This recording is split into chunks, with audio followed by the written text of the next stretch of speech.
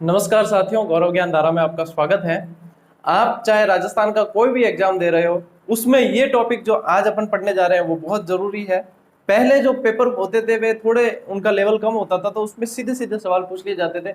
लेकिन ये अब जो पैटर्न आ रहा है उसमें मैं कोशिश करूंगा कि आपके जितने भी डाउट है और जो आपको हार्ड लगता है वह सरल हो जाए। अब इसमें क्या है कि पैटर्न यदि चेंज हुआ है, कैसे चेंज हुआ है एग्जाम लेने का पैटर्न, तो उसमें कॉपेन, फॉर्मेट्री वार्ता, ये सारे पूछे जाते हैं। और जब ये BW HW ये ऐसी चीजें आती है सामने, तो आप उसमें वहां पे कंफ्यूज हो जाते हैं। कोशिश करेंगे कि उसको क्लियर कर सकूं, मैं अच्छे से याद करवा सकूं आपको। और उससे पहले जो है अपन जलवायु से संबंधित थोड़ी सी जो है बेस से देखते हुए चलते हैं, उसके बेसिक को देखते हुए चलते हैं कि इसमें क्या क्या चीजें अपन को और ध्यान में रखनी थोड़ी सी देखते हैं, फिर अपन चलेंगे वही ट्रिक पर। पूरा डिटेल टॉपिक तो नहीं है, क्योंकि आपके एग्जाम को ध्यान में रखते हुए और समय को ध्यान में रखते हुए ही मैं लेकर आया हूँ।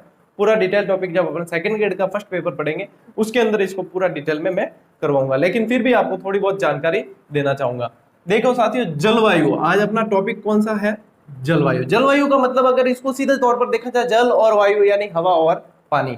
अपन कहीं जैसे कोई बाहर भी जाता है, मारवाड़ू देशावर खूब जना जावे, देशावर जावे और मोटे सूट नहीं हुए, कहीं कहीं हवा पानी सूट को नहीं हुआ, पानी सूट को नहीं हुआ, यानी पानी सूट नहीं हुआ, जल वहां के हवा पानी सूट नहीं हो। हवा पानी का मतलब यही है कि जलवायु सूट नहीं हुई, फिर वो वापस आते हैं तो कोई ना कोई कारण बता देते हैं। अब इसमें कुछ शब्द जो है साथियों आपने पढ़े भी होंगे और नहीं पढ़े, तो इनमें थोड़ा थोड़ा अंतर होता है और इनको ध्यान में रखने की जरूरत है। जैसे मौसम, ऋतु और जलवायु, थोड़ा थोड़ा अंतर है। मौसम क्या है? मौसम मतलब अल्पकालीन परिस्थिति है। अल्पकालीन का मतलब ये 3-4 दिन का भी हो सकता है इसका पीरियड, इसका 3-4 घंटे का भी हो सकता है, तुरंत ही हो सकता है। मान लीजिए मैं जैसे स्टूडियो में क्लास लेने आया, बाहर धूप थी, और मैं जैसे क्लास लेकर वापस चला गया, बादल पूरे आ गए और उसके बाद में बरसात का मौसम बन गया, यानी कि एकदम से पलट गया। कहते भी तो है, फिल्मों में डायलॉग सुना होगा आपने, ऐसे मौसम की तरह कैसे पलट गए। यानी कि मौसम जो है अल्पकालीन परिस्थिति होती है जो बदल जाती है, ठीक है ना। ऋतु क्या है? ये मतलब बिल्कुल ही अल्पकालीन। अल्पकालीन ऋतु क्या है? ऋतु वहां के आसपास का वह वातावरण होता है जो लगभग लगभग जो मान के चलते हैं 3 से 4 महीने के अंदर का जो वातावरण बनता है, 3-4 महीने की जो जलवायु मतलब उसकी परिस्थितियां बनती है, वह कहलाती है ऋतु के अंदर। यानी ऋतु मान के चलिए कि आप 3-4 महीने की अवस्था होगी उसकी, ठीक है ना। 3 से 4 माह अपन पढ़ते हैं, ग्रीष्म ऋतु, शीत ऋतु, वर्षा ऋतु, तो 3-4 माह वो परिस्थितियां वैसी रहती है, वो ऋतु कहलाती है। तो जलवायु क्या है? जलवायु साथियों उस क्षेत्र विशेष का, एक क्षेत्र विशेष के अंदर भी वो लगभग 30 से 35 वर्ष की परिस्थितियों का अध्ययन किया जाता है और उसके आधार पर उसके जलवायु का निर्धारण किया जाता है। यानी कि लगभग ये एक टाइम पीरियड लंबा हो जाता है, 30 से 35 वर्ष तक की अवस्था जो होती है वह जलवायु के अंदर आती है। 30 से 40 वर्ष तक लिख लेता हूं मैं, 30-35 समझ लीजिए आप, लगभग लगभग जो है। फिर वहां का वो जैसे अपने राजस्थान की उपोष्ण उष्ण जलवायु, उष्ण वैसे दक्षिण में ही है यहाँ पर, और वैसे पूरी उपोष्ण जलवायु के अंदर आता है ये, तो ये चीजें यहाँ पे समझने लायक है। अब दो शब्द साथियों ये एग्जाम में पूछे भी जा सकते हैं, एक दो एग्जाम में पूछा भी था। अब इसमें देखो, एक तो है धुंध और एक है कोहरा। क्या अंतर है? ऐसे देखने पर यही लगता है कि धुंध ही कोहरा है और कोहरा ही धुंध है, लेकिन ऐसा नहीं है। शक्तिमान ही गंगाधर है और गंगाधर ही शक्तिमान है, पता है मुझे, लेकिन यहाँ पर धुंध और कोहरे में थोड़ा सा अंतर है, ठीक है ना। धुंध में क्या होता है साथियों? जल वाष्प, जल वाष्प, जल वाष्प के अंदर क्या मिलते हैं? धूल के कण, धूल के कण, तब बनती है क्या? धुंध। कोहरे में क्या होता है? कोहरे में ये दो चीजें तो होगी, दो चीजें तो होगी, जल वाष्प और धूल के कण तो होंगे, लेकिन इसके साथ में और क्या मिलेगा?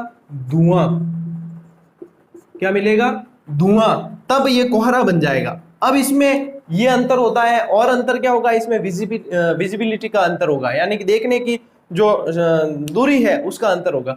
मान लीजिए धुंध के अंदर विजिबिलिटी होती है, मान लीजिए कि 10 मीटर, ठीक है, 10 मीटर तक दिखता है, तो इसके अंदर बिल्कुल ही कम दिखेगा, 3 मीटर 4 मीटर तक ही क्लियर दिखेगा, ज्यादा नहीं दिखेगा।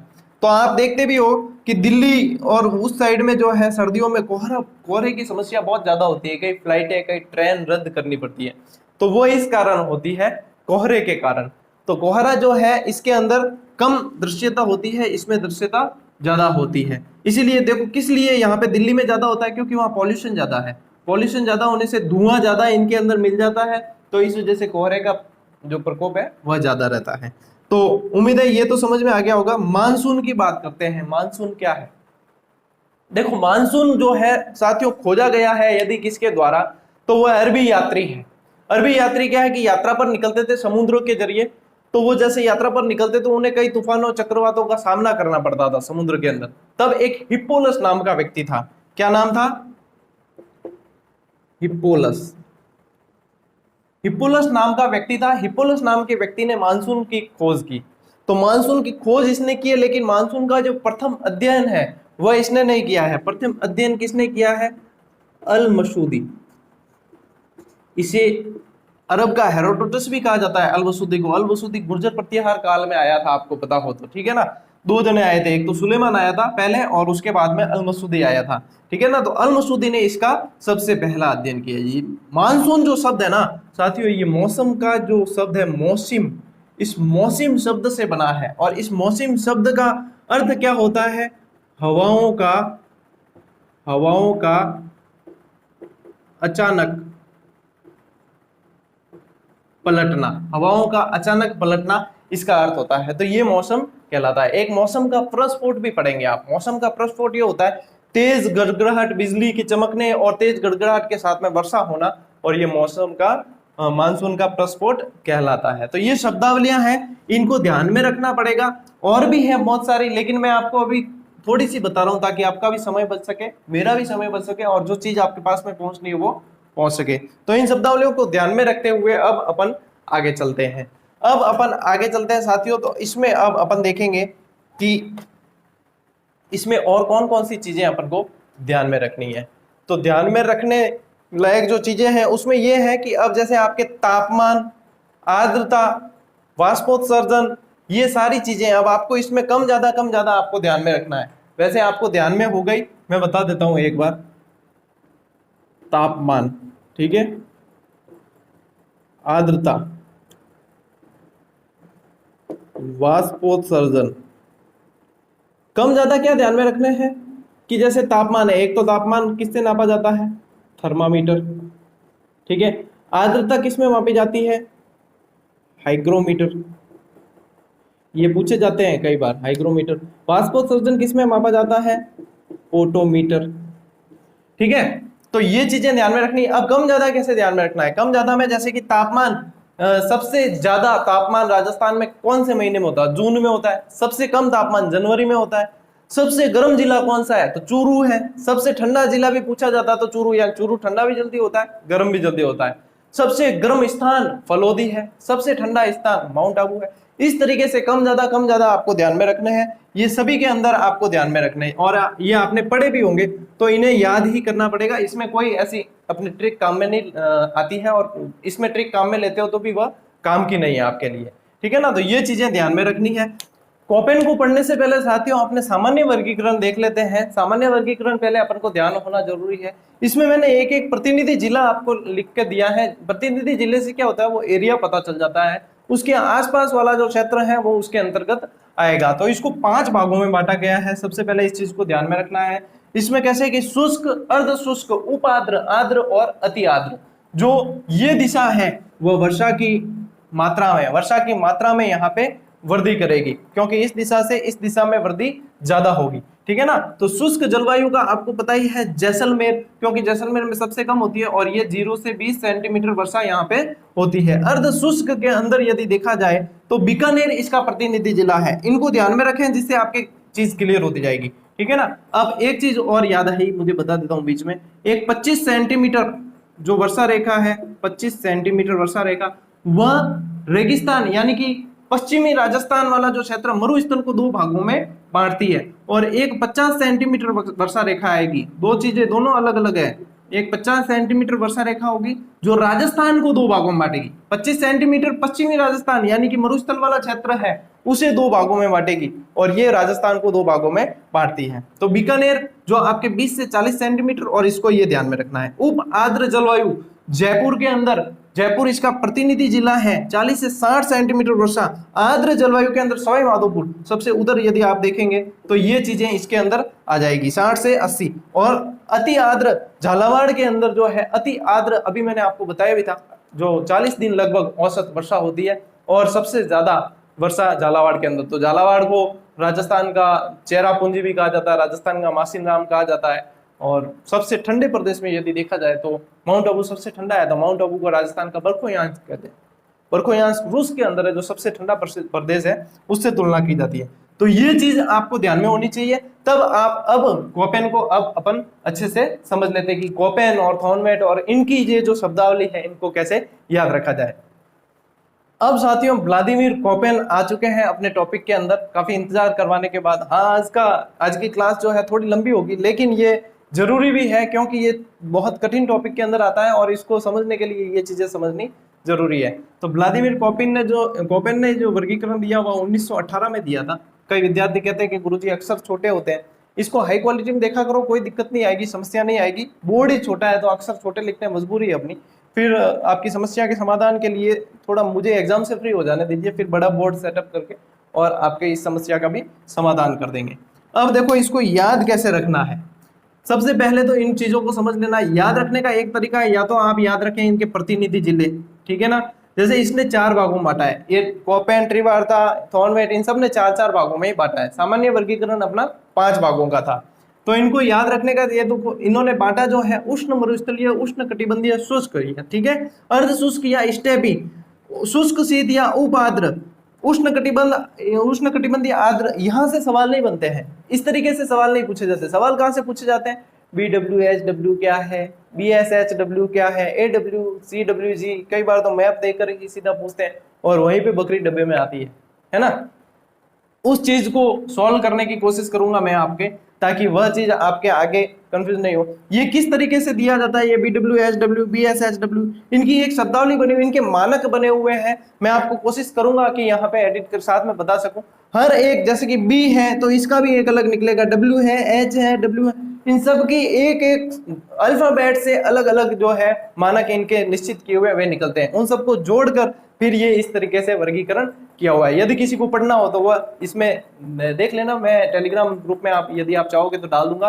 तो इसको बाकी ये इतनी डिटेल में अभी आपको इस चीज को इस तरीके से पढ़ने की जरूरत नहीं है, मैं आपको बता रहा हूँ, ऐसे याद रख लेना। अब कैसे याद रखा जाए, ये यहाँ से प्रश्न ऐसे नहीं पूछे जाते हैं, सीधे पूछे जाते हैं, ठीक है। कैसे याद रखा जाए? याद ऐसे रखा जाए साथियों कि देखो सबसे बड़े बड़े जिले राजस्थान के किस तरफ है? इस तरफ पश्चिमी तरफ है, जैसलमेर, बीकानेर, बाड़मेर, जोधपुर, ये सारे इस तरफ ही है। तो सबसे बड़े बड़े यानी कि सबसे भारी कह दें अगर, तो वेट यानी W यानी कि W ज्यादा है वो आएगा अपने इस तरफ। वेट ज्यादा है यानी कि बड़े जिले हैं तो W ज्यादा है, तो वह आ जाएगा साथियों आपके इस तरफ, ठीक है ना। बीकानेर इसका, यहाँ पे लगभग बीकानेर इसका प्रतिनिधि जिला मैंने बताया है। तो BWHW, ठीक है, BWHW, 2 बार W है तो उसको ले लेना है सीधा यहाँ पे, ठीक है।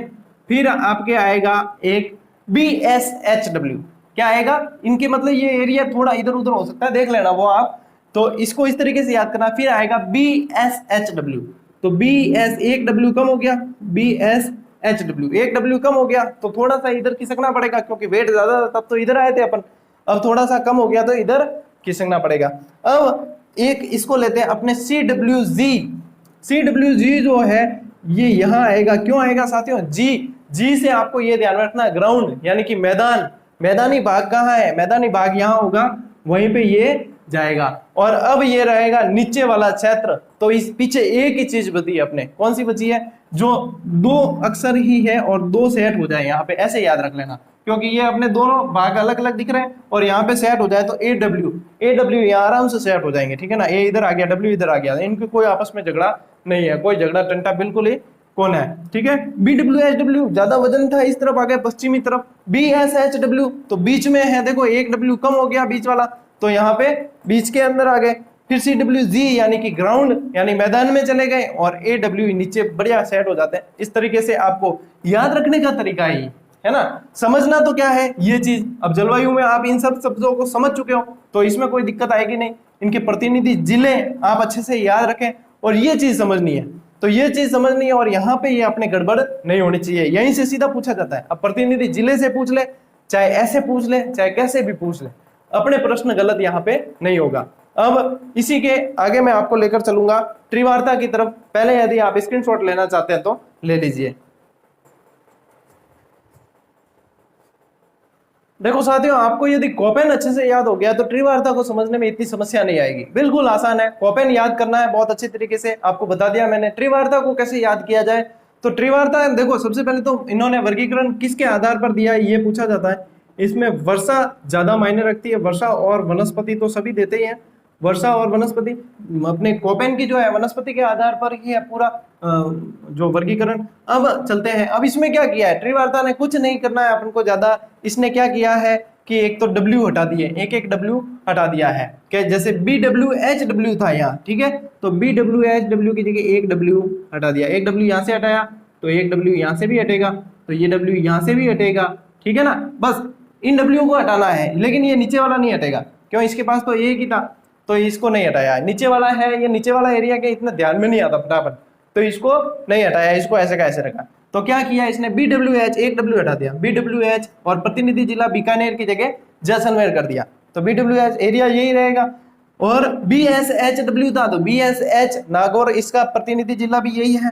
और यहाँ पे क्या किया, CWG था, इसकी जगह क्या कर दिया, CAW कर दिया, CAW कर दिया। यहाँ पे इसने ये चेंज किया है, सिर्फ CAW जो ग्राउंड वाला था अपने G को हटाकर इसने W वहां पे डाल दिया, और AW ऐसे का ऐसे। तो त्रिवार्ता में इतनी समस्या आने वाली नहीं है, मैंने तो यहाँ ध्यान रखना है BWH BSH CAW और AW नीचे है जो है ही। यहाँ पे एक प्रतिनिधि जिला चेंज किया, यहाँ एक प्रतिनिधि जिला, बाकी सारा वर्गीकरण लगभग त्रिवार्ता का ऐसे का ऐसे ही है। कोपेन याद किया है अच्छे से तो त्रिवार्ता में समस्या बिल्कुल ही नहीं है। हाँ, थॉर्नमेट का थोड़ा अलग आएगा, जो मैं अब बताऊंगा आपको थॉर्नमेट का, आप इसका स्क्रीनशॉट ले लीजिए पहले। थॉर्नमेट का तो थोड़ा वर्गीकरण है थोड़ा सा साथियों, इसमें शब्दावली वापस अलग आ जाती है कोपेन और त्रिवार्ता के मुकाबले। तो इसमें साथियों आपको क्या क्या ध्यान में रखना है, ये सारी चीजें हैं आज शुष्क वगैरह। इसमें एक तो ये CAW DAW DBW और EAD, ये ध्यान रखना है। सबसे पहले अपन EAD को लेते हैं, क्योंकि मैंने इसमें लिखा है जैसलमेर, तो EAD को अपन यहाँ ध्यान में रखना है। अब इसमें कैसे याद रखें साथियों, देखो जैसलमेर और ये मरुस्थली साइड जो एरिया है एक तरफ पड़ जाता है। मारवाड़ी में क्या करें, एक के पाड़े, यानी एक के पाड़े पढ़ियो, कोई भी नहीं पूछे, ठीक है नहीं, तो एक के पाड़े यानी कि, या फिर आप हिंदी में कह दो एक तरफ, ठीक है, तो एक तरफ आप कहोगे व्हाट्सएप मैसेज में यूं ही लिखो एक, ठीक है, तो एक यानी कि ई जिसमें आए वो आ जाए आप रहे इस साइड, ठीक है ना। तो EAD आपको ले लेना है इस तरफ, पहले सबसे पहले इसको अलग कर देना। फिर यदि मुझे ये बताओ कि कोई अकाउंट की तैयारी करता है, कॉमर्स की तैयारी करता है, तो उसको कहा जाता है कि आप कॉमर्स के अंदर सबसे बढ़िया कौन सी जॉब लेना चाहोगे, तो वो कहेगा कि मैं CA बनना चाहूंगा। क्या बनना चाहूंगा, CA बनना चाहूंगा, ठीक है ना, चार्टर्ड अकाउंटेंट। CA बढ़ेंगे तो जैसे जैसे फिर महंगाई बढ़ेगी, कोई भी बढ़ेगी, तो गवर्नमेंट जो क्या करती है DA बढ़ाती है, CA के बाद में फिर DA बढ़ाती है, DA बढ़ाती, DA नहीं बढ़ाए तो फिर कोर्ट का सहारा लेना पड़ता है, कोर्ट में सिंगल बेंच से काम नहीं चला तो डबल बेंच में जाना पड़ता है, डबल बेंच में भी जाना पड़ता है, यानी कि CA DA DB ऐसे याद रख लेना, नीचे से ऊपर चलना है, CA DA DB CA DA DB ऐसे याद रखना, कुछ भी नहीं करना है बिल्कुल। EAD को साइड में एक तरफ, EAD यानी एक तरफ ले लिया इसको, उसके बाद में CA DA DB, ठीक है, CA DA DB कर दिया। अब क्या है, सिर्फ WW तो लगाना, WWW बस, W तो सब में कॉमन है, WWW, ये समस्या का समाधान हो गया, CA DA DB हो गया और WWW ही लगाना है, और बस ये प्रतिनिधि जिले मैंने आपको दे ही दिए हैं, और ये EAD को साइड में ले लेना, CA DA। अब BWHW पूछे उसमें यहाँ, BSH पूछे यहाँ, AW पूछे नीचे, कहीं समस्या ही नहीं है ना। CA DA DB और WW लगाना है और EAD को एक तरफ ले लेना है। तो ये याद रखने का तरीका होता है साथियों, अच्छी तरीके से याद कैसे रखा जाए, पढ़ते समय कंसेप्ट सारा समझ में आ गए, याद कैसे रखा जाए उसका ये तरीका है। उम्मीद मैं कर रहा हूँ कि आपको ये चीज अच्छे से समझ में आई होगी। जलवायु का टॉपिक मेरे ख्याल से अब आपको कोई समस्या इसमें रही नहीं होगी। वैसे डिटेल टॉपिक इसमें बहुत सारे तथ्य हैं जो एक और क्लास की जरूरत पड़ती है, लेकिन वो अपन लेंगे फिर सेकंड ग्रेड के उस समय में। उम्मीद है कि समझ में आया होगा, और समझ में आया है तो शेयर जरूर करेंगे, उन विद्यार्थियों तक जरूर पहुंचाएं जिन तक अभी तक अपनी क्लासेस पहुंची नहीं है। फिर वो कहते हैं सर हम आपसे बाद में जुड़े, पहले जुड़ जाते तो ये हो जाता वो हो जाता। तो उन तक पहुंचाने की कृपा करें। आप सभी समर्पित विद्यार्थी हैं तो थोड़ा सा समर्पण अपने चैनल के प्रति भी दिखाएं और पहुंचाने की कोशिश करें। हौसला हमारा बढ़ता है, डेफिनेटली निश्चित तौर पर आपको अच्छी क्लास देने की कोशिश करते हैं। मिलते हैं साथियों अगली क्लास में, तब तक के लिए राम राम, जय हिंद। हाँ, इसका स्क्रीनशॉट लेना है, दे देता हूं टाइम।